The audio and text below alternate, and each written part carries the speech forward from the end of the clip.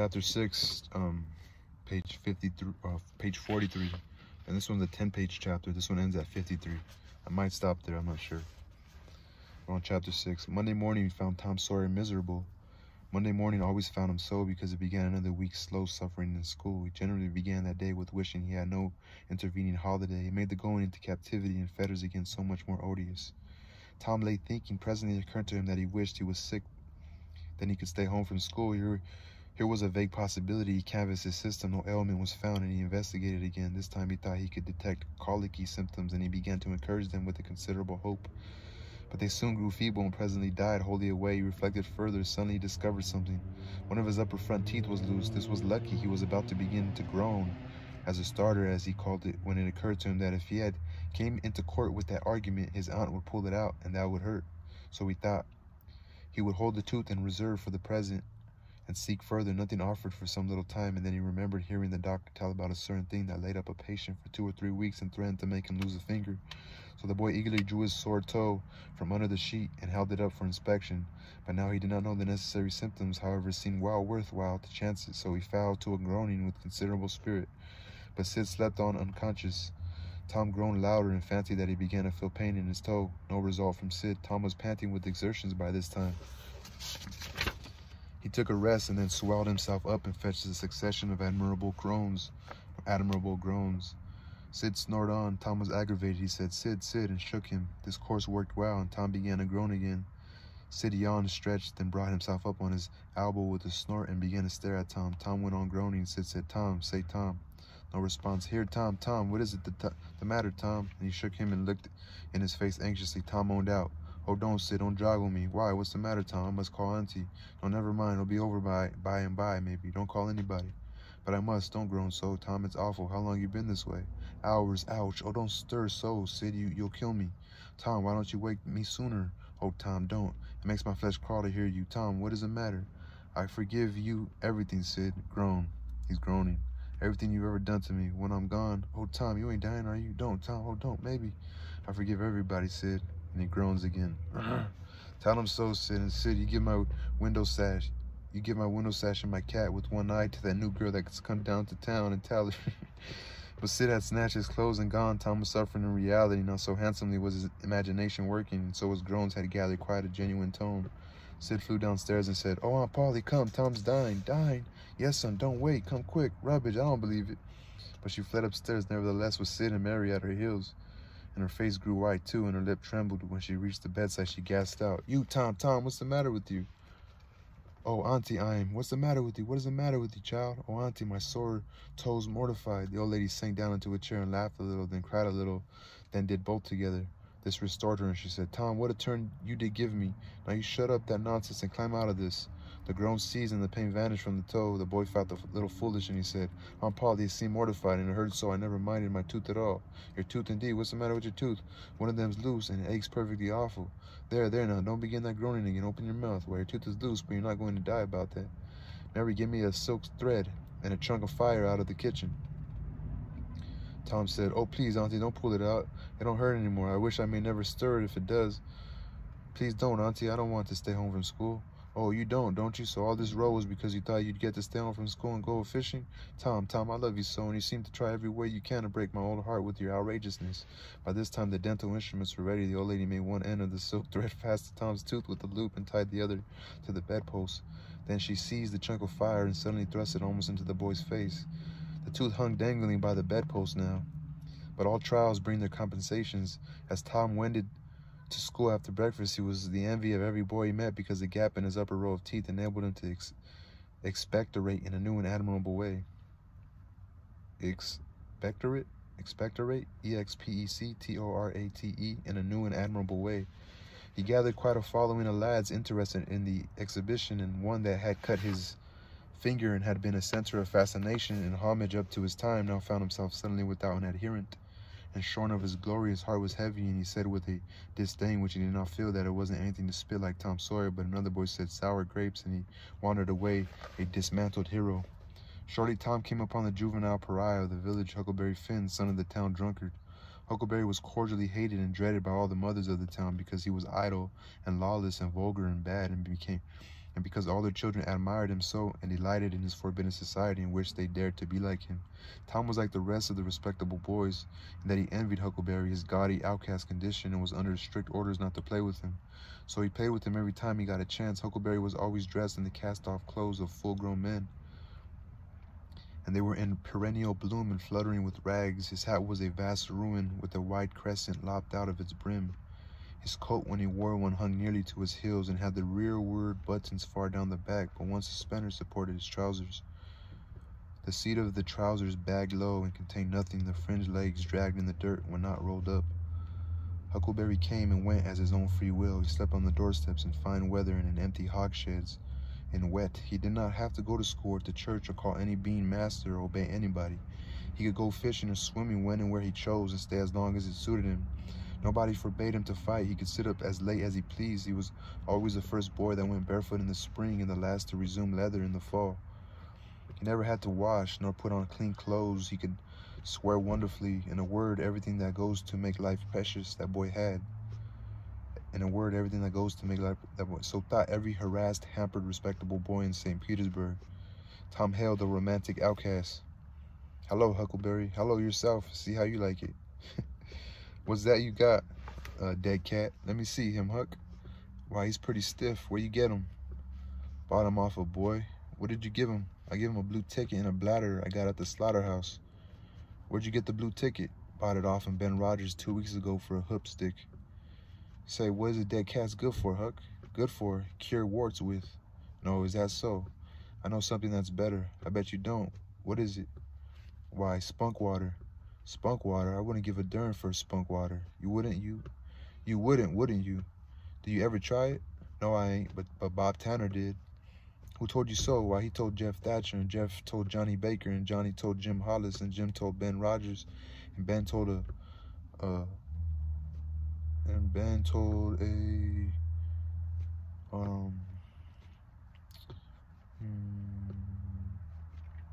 and Ben told a blank, and the blank told me. There now." "Well, what of it? They all lied. Leastways, all but the blank. I don't know. But I never see a blank that wouldn't lie. Shucks, now you tell me how Bob Tanner done it, Huck." "Why, he took and dipped his hand in a rotten stump where the rainwater was. In the daytime, certainly, with his face to the stump. Yes, least I reckon so. Did he say anything?" "I don't reckon he did. I don't know." "Aha, talk about trying to cure warts with spunk water. Such a blame fool was as that. Why, that ain't going to do any good. You got to go all by yourself to the middle of the woods where you know there's a spunk water stump, and just as it's midnight, you back up against the stump and jam your hand in and say, 'Barley corn, engine mill shorts, spunk water, swallow these warts.' And then walk away quick 11 steps with your eyes shut, and then turn around 3 times and walk home without speaking to anybody, because if you speak, the charm's busted." "Well, that sounds like a good way, but that ain't the way Bob Tanner done." "No, sir, you can bet he didn't, because he's the wartiest boy in this town, and he wouldn't have a wart on him if he'd known how to work spunk water. I took off thousands of warts off of my hands that way, Huck. I play with frogs so much that I've always considerable many warts. Always got considerable many warts. Sometimes I take them off with a bean." "Yes, bean's good. I've done that. Have you? What's your way?" "You take and split the bean and cut the wart so as to get some blood, and then you put the blood on one piece of the bean and take it and dig a hole and bury it about midnight at the crossroads in the dark of the moon, and then you burn up the rest of the bean. You see that piece that's got the blood on it will keep drawing and drawing, trying to fetch the other piece to it, and so that helps the blood to draw the wart, and pretty soon off she comes." "Yes, that's it, Huck, that's it. Though when you're burying it, if you say down bean, off wart, come no more to bother me, it's better. That's the way Joe Harper does, and he's been nearly to Coonville and most everywheres. But say, how do you cure 'em with dead cats?"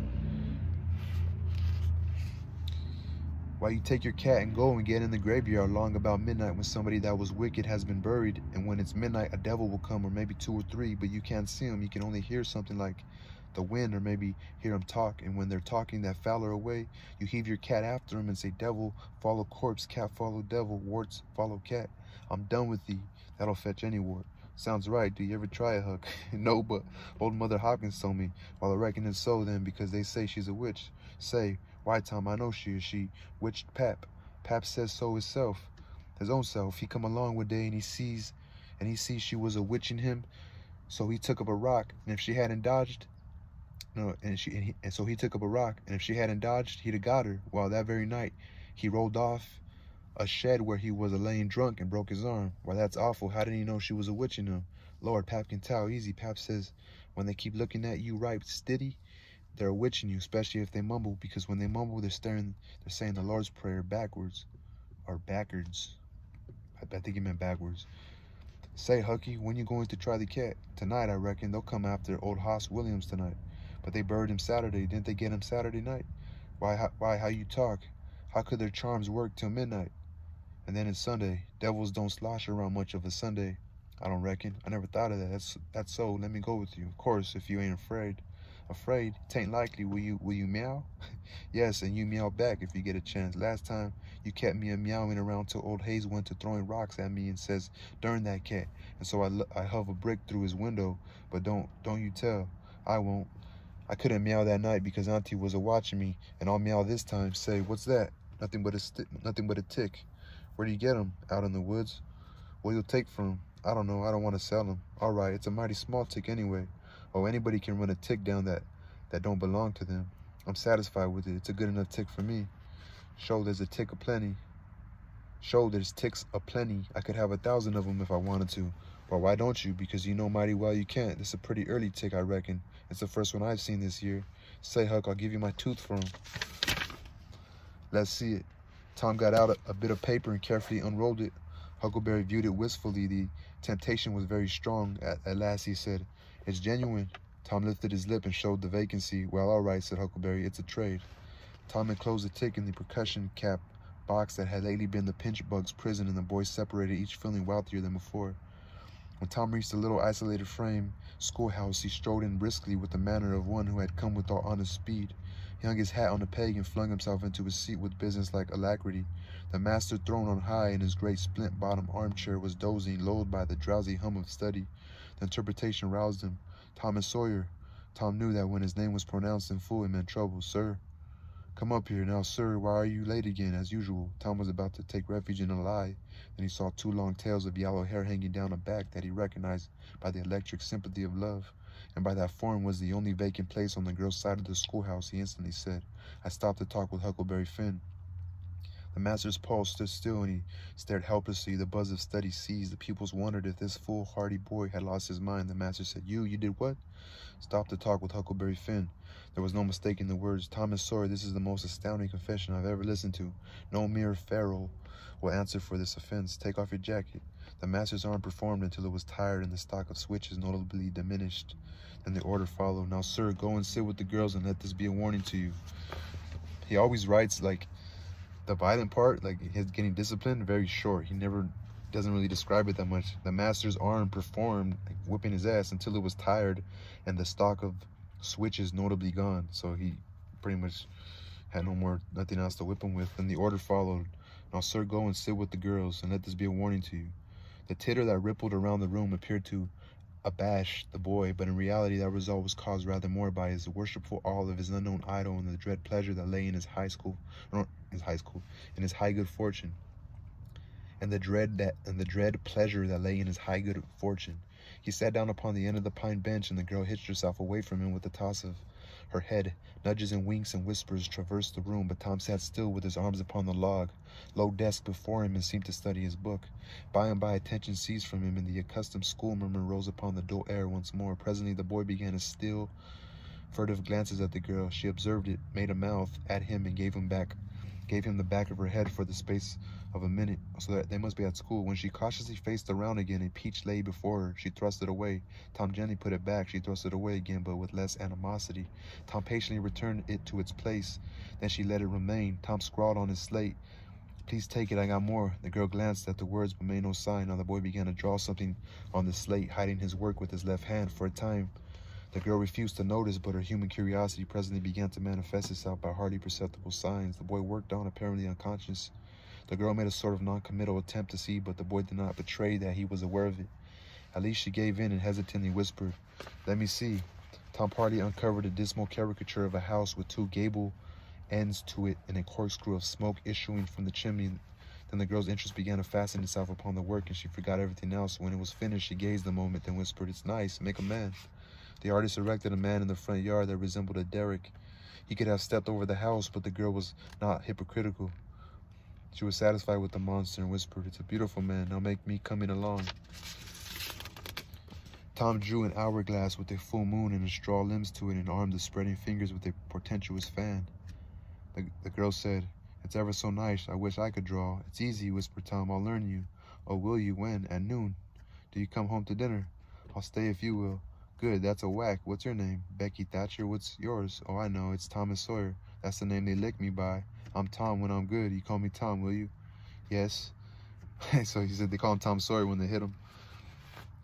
"You call me Tom, will you?" "Yes." Now Tom began to scrawl something on the slate, hiding the words from the girl. But she was not backward this time. She begged to see, Tom said.